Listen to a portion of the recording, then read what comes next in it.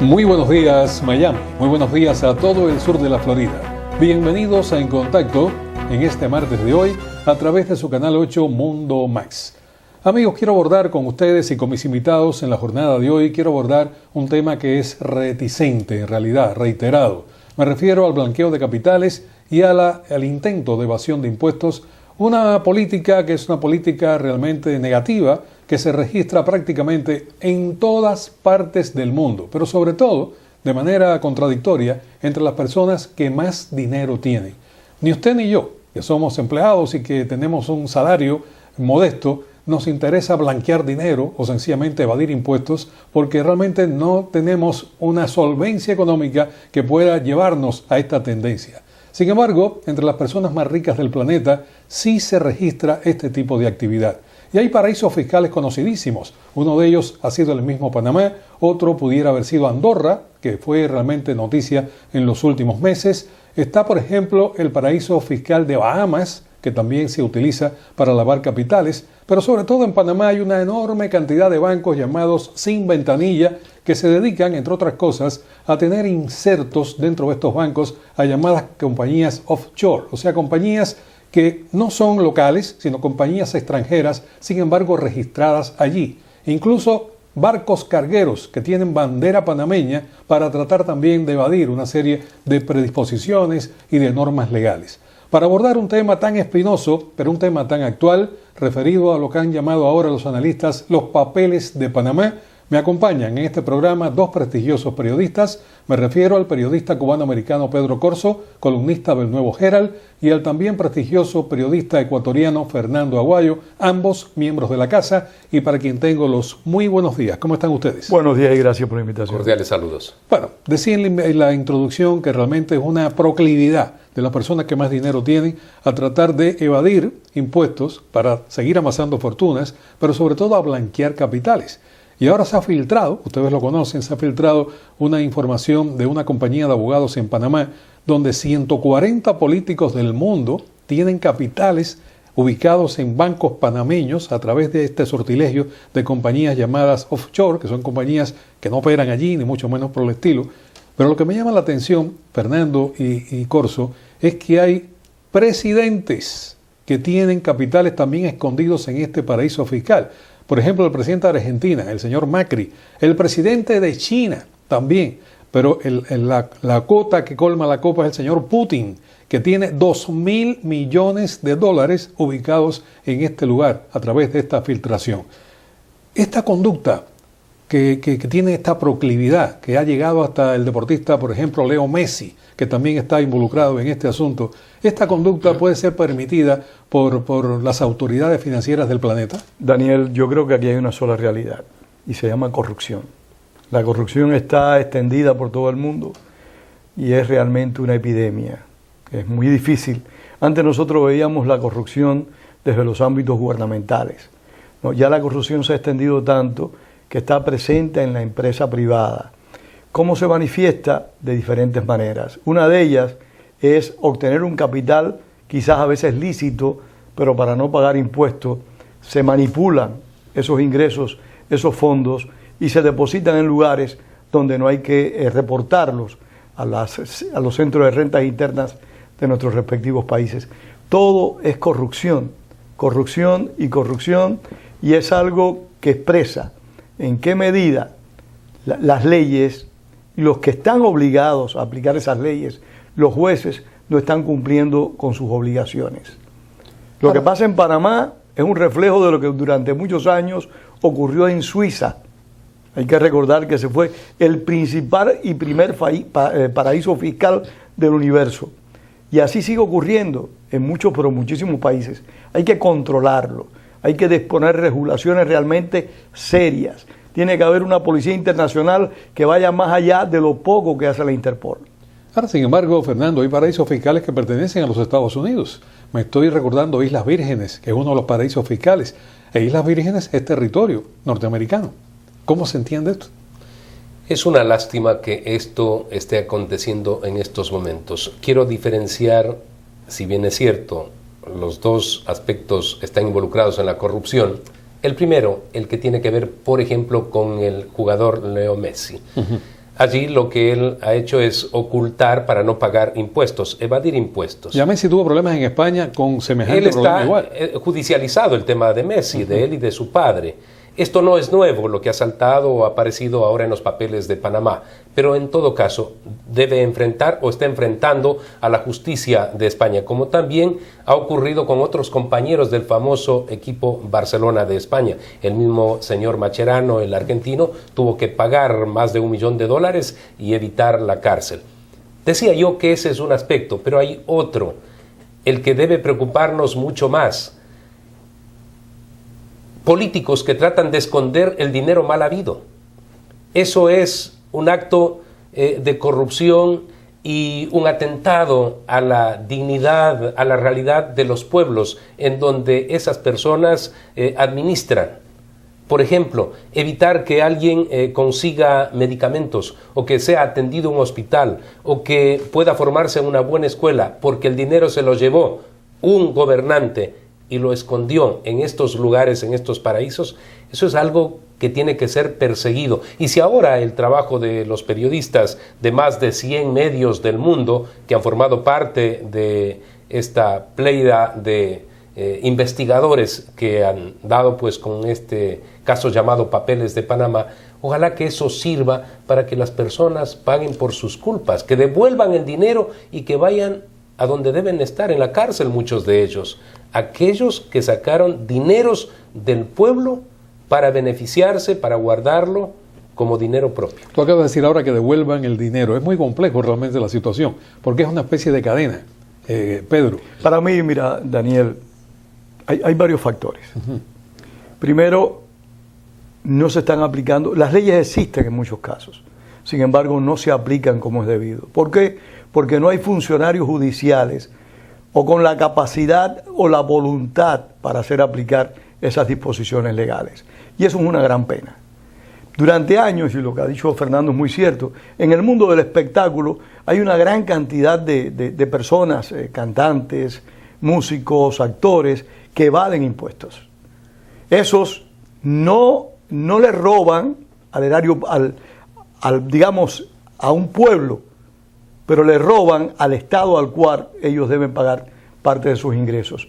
Esas personas lo hacen, pero los peores de todos son los políticos, que nos roban a nosotros, nos roban a los que pagamos impuestos. Y esas personas, lamentablemente, están en Estados Unidos y están en todos los lugares del mundo. Para eso es para lo que hacen falta leyes firmes y jueces realmente comprometidos. La corrupción no debe tener espacio. El reciente escándalo que ha tenido lugar en Brasil es un partido que ha demostrado ser un partido corrupto. No es que los líderes del partido sean corruptos, no, el partido en sí es corrupto, aunque hayan personas que no estén involucradas en actos delictivos. Pero el partido realmente se ha convertido en una entidad corrupta, como lo fue el Partido Justicialista en Venezuela, en Argentina, y como lo es el PSV en Venezuela, y como lo es el mismo Partido Comunista Cubano. ¿Quiénes son los que controlan las riquezas en Cuba? ¿Quiénes manejan las riquezas? ¿Quién sabe cuál es la fortuna de cada uno de los líderes cubanos? ¿Dónde pagan esas personas impuestos? ¿A quién les roban el dinero? O sea, la corrupción es una epidemia peor de cualquier otra epidemia de salud que podamos enfrentar los seres humanos. Bueno, en esta investigación de estos periodistas internacionales salió a relucir 140 políticos del mundo, pero muchos de ellos presidentes en funciones. Como yo te decía al comenzar este segmento, el caso de Putin es el caso más relevante. Sin embargo, el nombre de Vladimir Putin no aparece en los documentos, porque aparecen los testaferros. ¿Qué ha hecho Vladimir Putin? Perdóname, como la FARC en Colombia o el ELN, que tienen testaferros. Exacto. Para el dinero que se han robado. Ahora aparece para beneficio de ese televidente que dirá, bueno, ¿y cómo esconden el dinero? Es una forma súper sencilla porque se lo omiten las actuales leyes. Le coloco a estos testaferros compañías ficticias. Estas compañías que operan ahora en Panamá. Y tengo amigos en bancos que responden a mí. En el caso de Vladimir Putin es incluso... Tiene bancos propios. Uno de los bancos se llama Rosía y el director del banco es su íntimo amigo desde niño. Entonces este banquero le prestó a esas compañías fantasmas, le prestó dinero. en la cantidad de 2.000 millones de dólares. Cuando ese dinero traspasa a esta compañía de abogados y estos abogados lo colocan en estos bancos de paraíso fiscal, lo único que hay que hacer a partir de ahí es empezar a gastar ese dinero. Entonces tú te imaginas Vladimir Putin con un patrimonio robado al pueblo ruso de 2.000 millones de dólares. ¿Cuántos millones podrán tener los hermanos Castro que tienen decenas de compañías en Panamá y que no hay ningún control? Y por supuesto sus nombres no van a aparecer, son los testaferros. Y por eso ahora uno se explica por qué hay tantos millonarios rusos en este momento. Cuando se desborona la Unión de Repúblicas Socialistas heredaron el patrimonio del Partido Comunista. No heredaron, como testaferros al fin y al cabo se quedaron con lo que le habían dado para que ellos fueran los administradores. Simple y llanamente. ¿Cuántos millones podrá tener? No te quiero meter en compromiso, Fernando, pero ¿tú crees que el gobierno de Rafael Correa esté también transitando por este camino? Bueno, no ha aparecido el nombre del presidente Rafael Correa, pero sí ha aparecido el nombre del fiscal, ha aparecido el nombre del primo del presidente, alguien que se encuentra en los Estados Unidos, que fue defendido inicialmente por el mandatario y luego pues fue acusado por el mandatario, que incluso mintió sobre su título y está involucrado en una serie de situaciones de carácter penal. El señor Pedro Delgado vive aquí en la ciudad de Miami. Ha aparecido también su nombre y el de algún familiar de él en este listado. De tal manera que no podría decirte, porque no está el nombre del presidente Rafael Correa, pero sí de estos otros funcionarios. Definitivamente tiene que haber una cruzada, una lucha a nivel mundial sobre la corrupción. De lo contrario, en lugar de mejorar la condición de vida de los pueblos, va a empeorar, porque se queda, dicen, la mitad del dinero se diluye en las manos de corruptos que luego aparecen siendo grandes dueños de fortunas. De tal manera que ese ha sido el empeño, en mi caso como periodista a través de 35 años y el de ustedes igualmente, pero en lugar de reducir esos niveles de corrupción, parece que se estimula y bueno, no les importa porque hay estas figuras que prestan abogados o empresas servicios para ocultar los recursos mal habidos. ¿Qué puede decir esa persona que de pronto asesoró para que invierta esos dineros el señor Putin? ¿Quién puede tener 2.000 millones de dólares siendo presidente de un país, cuando los sueldos están establecidos y se los puede conocer a través del Internet? No, de un país que está en franco problemas económicos. Claro. Ahora se ha politizado el tema, por cierto, y como Mauricio Macri aparece en la lista que ha sido revelada, los kirchneristas, encabezados por Cristina Fernández de Kirchner, acaban de hacer un comunicado ahora de que ellos no están en la lista porque ellos son transparentes en todas sus operaciones y que jamás han desviado dinero. Me sonrío porque los Kirchner lo que hicieron fue que construyeron una gran caja de caudales en un edificio y pusieron todo su dinero robado, lo pusieron en esta caja de caudales. Además existen videos sí, cuando el grupo de este señor Lázaro Báez está contando dinero, millones de dólares, y en algún momento parece que toman un descanso y empiezan a conversar las personas que contaban los dólares. Esas imágenes dicen absolutamente todo, aun cuando no aparezcan en estas llamadas palabras de Panamá, listas de Panamá. Aunque hay un punto para mí muy importante, esta no va a ser la última y ni la única lista que va a surgir, y en cualquiera lista del futuro pueden estar esas personas y otras. Pero en mi opinión, Daniel, hay algo sumamente grave. Y es que cuando en una empresa privada se roba, son personas que han llegado a ocupar puestos de dirección por su talento o por su capacidad para trepar. Pero cuando un político roba porque ha contado, y me hablo de un político en la democracia, no estoy hablando de un político en una dictadura como es el caso cubano. Cuando un político roba es porque ha llegado a esa posición de privilegio por el voto del pueblo. Lo que significa que la crisis es profunda y doble. En la clase política es la crisis y en el electorado es la crisis. ¿Por qué? Porque nosotros como electores realmente no pensamos por quién vamos a votar. No estudiamos la vida de esas personas.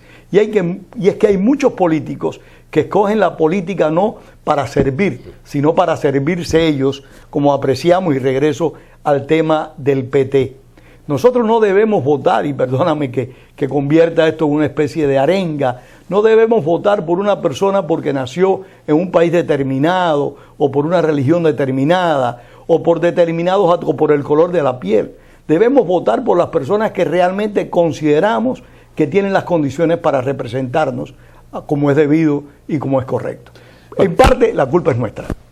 Bueno, finalmente solamente quiero agregar que en la lista, aunque no aparece con nombre y apellidos, también hay testaferros venezolanos del gobierno de Nicolás Maduro que aparecen en este listado. Y se calcula que la fortuna que Maduro pudiera tener en paraísos fiscales junto con Diosdado Cabello es también monumental. O sea que están metidos hasta el cuello. Hasta la enfermera personas del extinto presidente Hugo Chávez. Su enfermera personal. Está en la enfermera y un guardaespaldas. Exactamente. Guardaespaldas que llegó a ser un dirigente del gobierno. Sí, señor, que pasó a ser un alto dirigente del gobierno. Les agradezco tanto a Fernando Aguayo como a Pedro Corso por estar con nosotros en el día de hoy. Lamentablemente el segmento es corto, pero esta es la punta del iceberg, me da la impresión. Nombres aparecerán, importantes nombres aparecerán a partir de esta investigación que ya acaba de abrir el gobierno panameño, según acaban de asegurar. Muchísimas gracias a ustedes por estar con nosotros. Un gusto haber estado contigo. Continuamos, amigos, nuestro magazine de servicios y noticias. En contacto.